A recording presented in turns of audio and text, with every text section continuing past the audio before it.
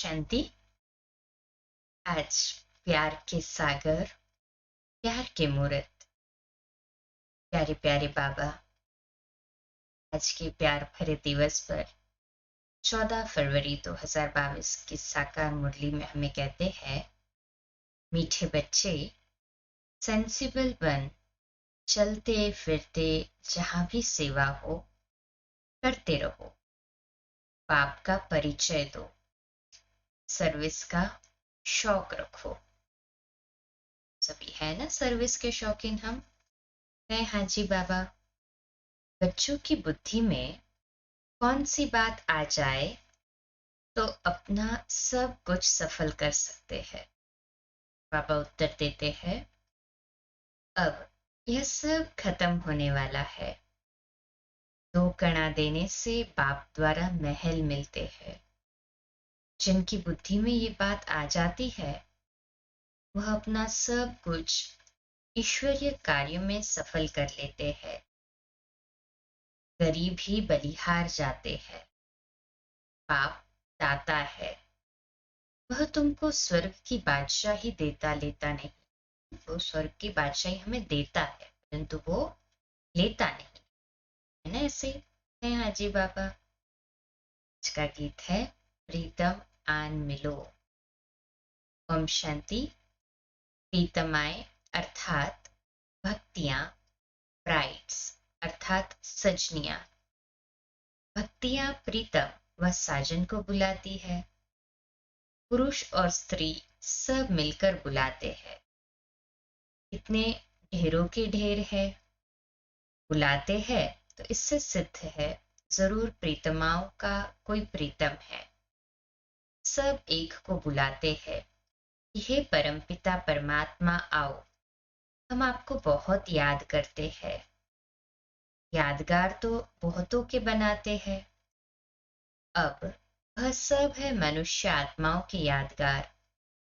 ऐसे भी बहुत है जो लक्ष्मी नारायण, राम सीता आदि देवात्माओं को याद करते हैं, क्योंकि मनुष्य से देवता ऊंच है।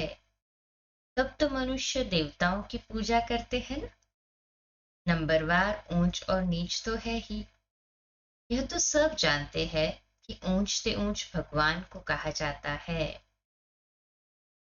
फिर है ब्रह्मा विष्णु शंकर, फिर है ब्रह्मा और जगत अम्बा। मुख्य वह है।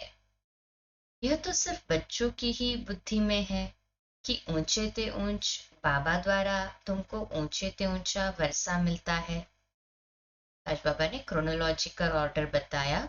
सबसे ऊंच तो शिव बाबा है, और उससे नेक्स्ट नंबर पे ब्रह्मा विष्णु शंकर। ब्रह्मा यहाँ पे संपूर्ण ब्रह्मा, सूक्ष्म वतनवासी ब्रह्मा बाबा। फिर बाबा ने कहा ब्रह्मा और जगत अम्बा माँ, तो यहाँ पे साकारी बाबा और जगत अम्बा।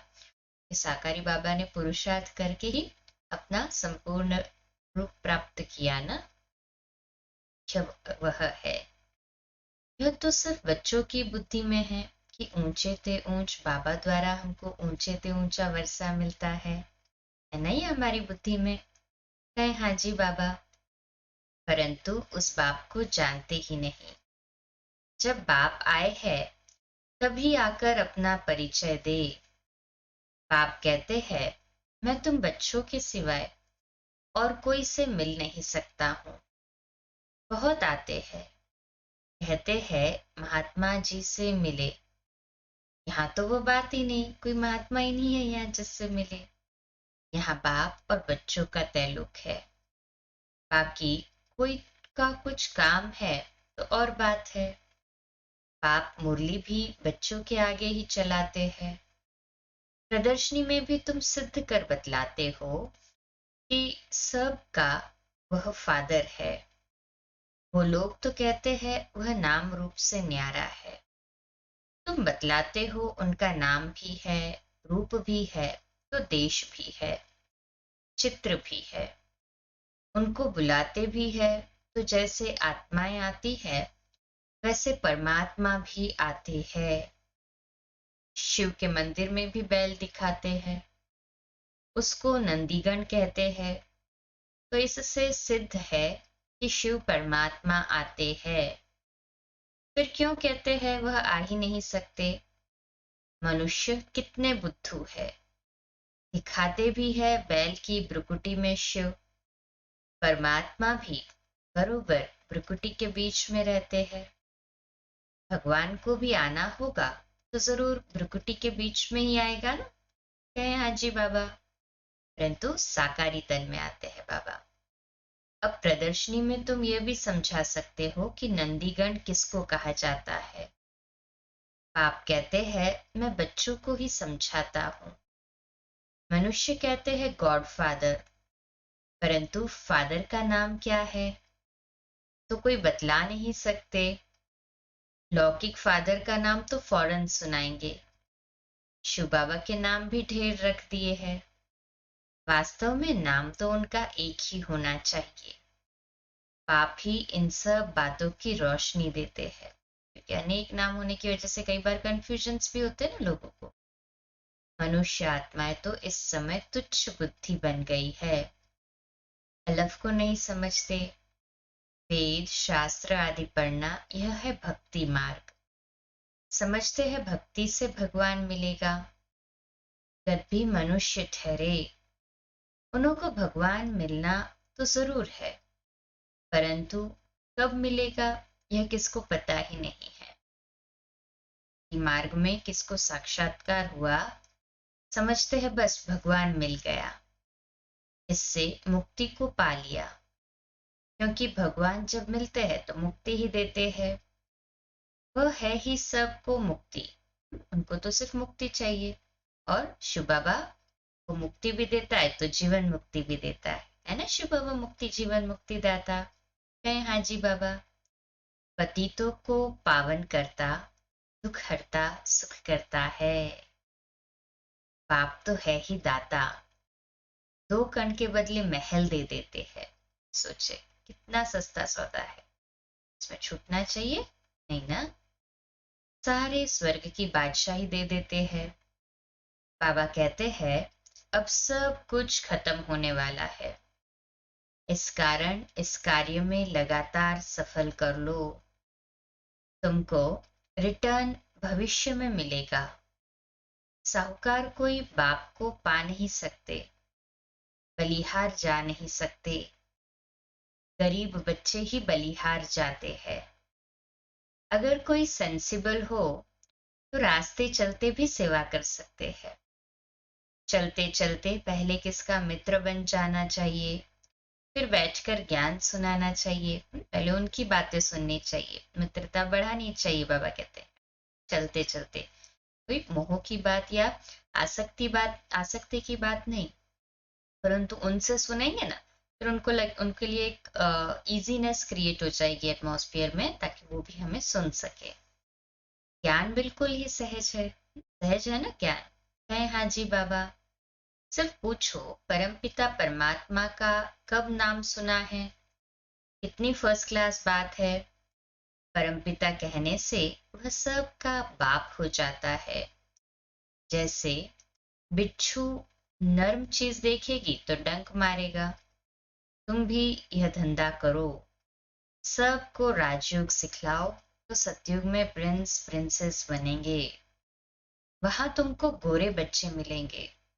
यह समझाना है कि बाप से वर्षा लेना है, इसमें सारी बुद्धि की बात है।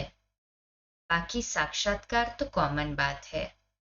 किसको कैसे साक्षात्कार होता है, किसको कैसे, वह भी एम ऑब्जेक्ट बतलाने के लिए। बाबा कहते हैं तुम मुझे याद करेंगे और पवित्र रहेंगे तो ऐसा पद पाएंगे। इकट्ठे रहकर पद पाना यह है बड़ी मंजिल। आना है ना बड़ा पद हमको। ऐ हाँ जी बाबा। और संग टूट जाए एक संग जुट जाए, इसमें ही मेहनत है। सन्यासी तो सब कुछ छोड़कर चले जाते हैं। यहाँ तो इकट्ठे रहकर बुद्धि में रखना है, यह पुरानी दुनिया खत्म हुई पड़ी है, हमको वापस जाना है, फिर हम स्वर्ग में जाकर राज्य करेंगे। अब पुरानी दुनिया का विनाश तो होना ही है, यह बुद्धि में रख पुरुषार्थ करना है। 8 घंटा इस याद की सर्विस में रहो। कोई कहते हैं ये कैसे हो सकेगा? भक्ति मार्ग में जो कृष्ण के भगत है वह भी सब तरफ से बुद्धि को हटाए एक कृष्ण को ही याद करते होंगे। कोई राम का भगत है, अच्छा राम को याद करो, राम की राजधानी को याद करो। सो भी जब निरंतर याद करे तब अंतमति सो गति होगी। राम को याद करके राम की राजधानी में जाए, यह भी मेहनत है। ऐसी मेहनत सिखलाने वाला कोई है नहीं। श्लोक भी है, अंतकाल जो स्त्री सिमरे। अगर कोई सन्यासी है, गुरु है, उनको भी याद करना पड़े तो अंतमति सुगति हो। पहले पूछो कहाँ जाने चाहते हो? वापस तो जाना है, परंतु कहाँ? क्योंकि भक्ति से ताकत नहीं मिलती जो एक से बुद्धि लगा सके। सर्वशक्तिवान तो एक परमपिता परमात्मा ही है ना? कहे हाँ जी बाबा। उनका ही पाठ नोंधा हुआ है।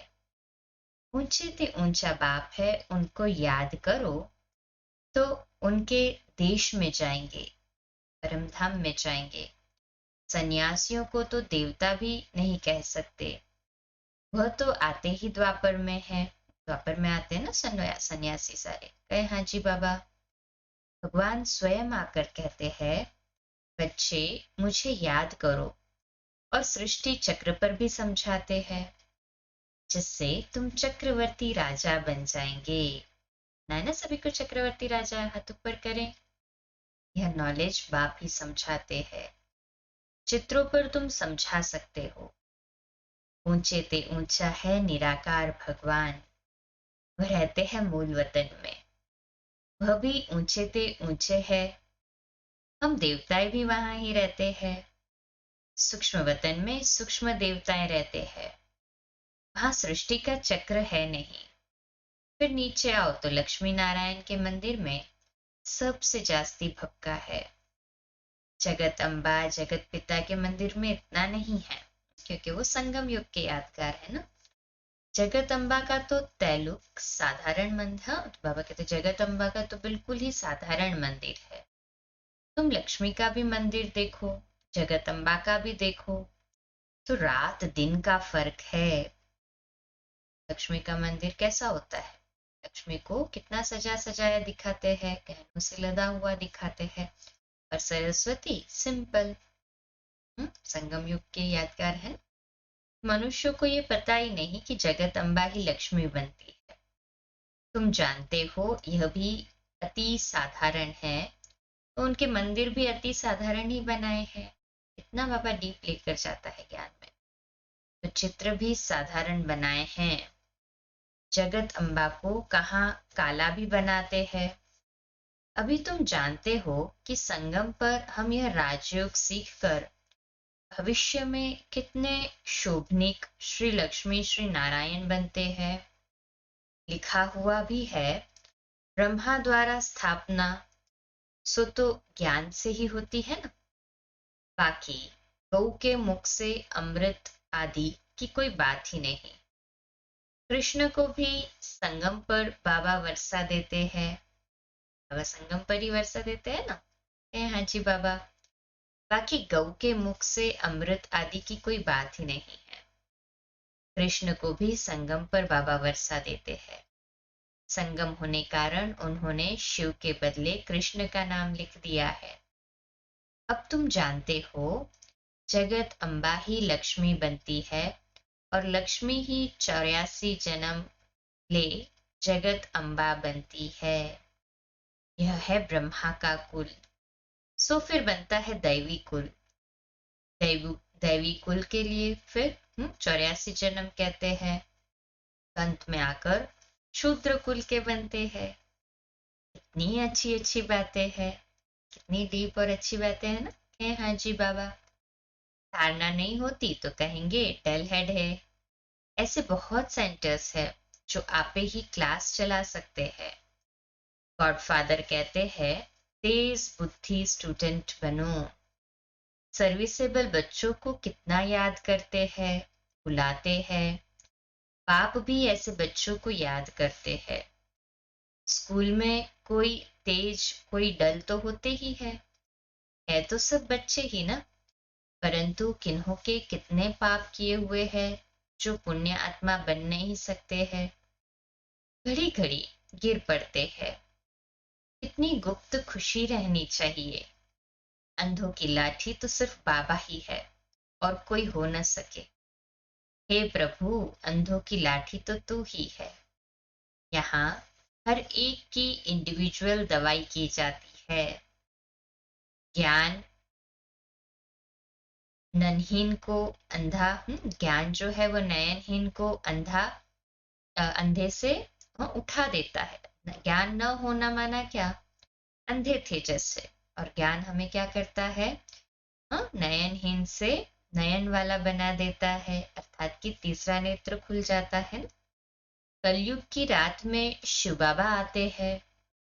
कृष्ण रात्रि कहते हैं तो शिव की भी रात्रि कहते हैं। अब शिव तो परमात्मा है, उनकी रात्रि कौन सी होती है? संगम युग पर आते कब है? कलयुग रूपी घोर अंधियारी में। सही है ना? तो क्योंकि कलयुग रूपी घोर अंधियारी दुनिया में आते हैं, इसलिए कहा जाता है शिवरात्रि। तुम जानते हो कलयुग के अंत और सतयुग के आदि को ही रात्रि कहा जाता है। जानते हैं ना सभी? है हाँ जी बाबा।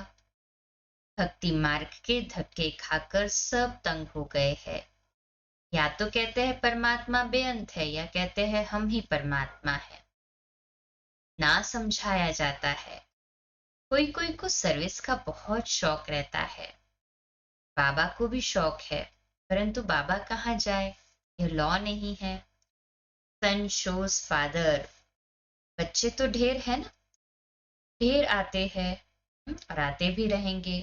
क्यों में बाहर बैठ जाएंगे। पोप आया, कितने मनुष्य गए। यह तो सभी का बाप है। पोप को भी सदगति देने वाला है। सच्ची सच्ची आशीर्वाद देने वाला बाप ही है। वह झूठी आशीर्वाद करते हैं। पीके को तो सबको ब्लेसिंग देनी है। न समझने के कारण वह समझते हैं हम ब्लेसिंग करते हैं। यहाँ तो आते हैं, देखा जाता है आशीर्वाद लेने का लायक है व नहीं। बाबा तो हर एक को नर्व्स देख कर देते हैं ना दवाई। बाप कहते हैं यह आए यहाँ आए हो तो हम उनको मुक्ति, जीवन मुक्ति दे, मनुष्य से देवता बनाए। स्वर्ग का स्वैपलिंग लगता है ना। हम समझ जाएंगे यह किस प्रकार का सैपलिंग लग रहा है। तुम भी ऐसे समझो, कोई आए तो मुक्ति जीवन मुक्ति दे। कोई भी मिले तो उन्हें हम बाबा का मुक्ति जीवन मुक्ति का वर्षा दिलाएं। आप बिताने वाले हैं ना हम सभी। है हाँ जी बाबा। कहते हैं हमको मुक्ति चाहिए। अच्छा, मुक्ति धाम को याद करेंगे तो मुक्ति मिलेगी। पाप को याद करो तो अंतमति सो गति हो जाएगी। अच्छा, मीठे मीठे सिकिलदे बच्चों प्रति माता पिता बाप दादा का याद प्यार और गुड मॉर्निंग। रूहानी बाप की रूहानी बच्चों को नमस्ते। हम रूहानी बच्चों की रूहानी माता पिता बाप दादा को याद प्यार, गुड मॉर्निंग और नमस्ते। वाह बाबा वाह, शुक्रिया बाबा, शुक्रिया। धारणा के लिए मुख्य सार है, पहली पॉइंट, कम से कम 8 घंटा इस याद की सर्विस में रहना है। इकट्ठे रहते हुए भी और संग तोड़ एक संग जोड़ने की मेहनत करनी है। दूसरी पॉइंट है, तेज बुद्धि स्टूडेंट बनना है, टेल हेड नहीं। सभी तेज बुद्धि है ना? कहे हाँ जी बाबा। पाप समान अंधों की लाठी बन सबको मुक्ति जीवन मुक्ति का रास्ता बताना है। बताने वाले हैं ना सभी को रास्ता। कहे हाँ जी बाबा। आज का मीठा वरदान है, अल्पकाल के सहारे के किनारों को छोड़ पाप को सहारा बनाने वाले यथार्थ पुरुषार्थी भव। इसका विश्लेषण है, अल्पकाल के आधारों का सहारा जिसको किनारा बनाकर रखा है, यह अल्पकाल के सहारे के किनारे अभी छोड़ दो। जब तक ये किनारे है तो सदा बाप का सहारा अनुभव नहीं हो सकता, और बाप का सहारा नहीं है इसलिए हद के किनारों का सहारा बना लेते हैं। अल्पकाल की बातें धोखेबाज है, इसलिए समय की तीव्र गति को देख। अब इन किनारों से तीव्र उड़ान कर सेकंड में क्रॉस करो, तब कहेंगे यथार्थ पुरुषार्थी। इसका स्लोगन है, कर्म और योग का बैलेंस रखना ही सफल कर्मयोगी बनना है। कर्म और योग का बैलेंस रखना ही सफल कर्मयोगी बनना है। इसका हमारा स्वमान लिखने के लिए, अभ्यास करने के लिए और पुरुषार्थ करने के लिए है, मैं कर्मयोगी हूँ। मैं कर्मयोगी हूँ। अच्छा, कम बोलो, धीरे बोलो, मीठा बोलो, सत्य बोलो, सोच समझकर बोलो। निमित्त भाव, निर्माण भाव, निर्मल वाणी। ओम शांति।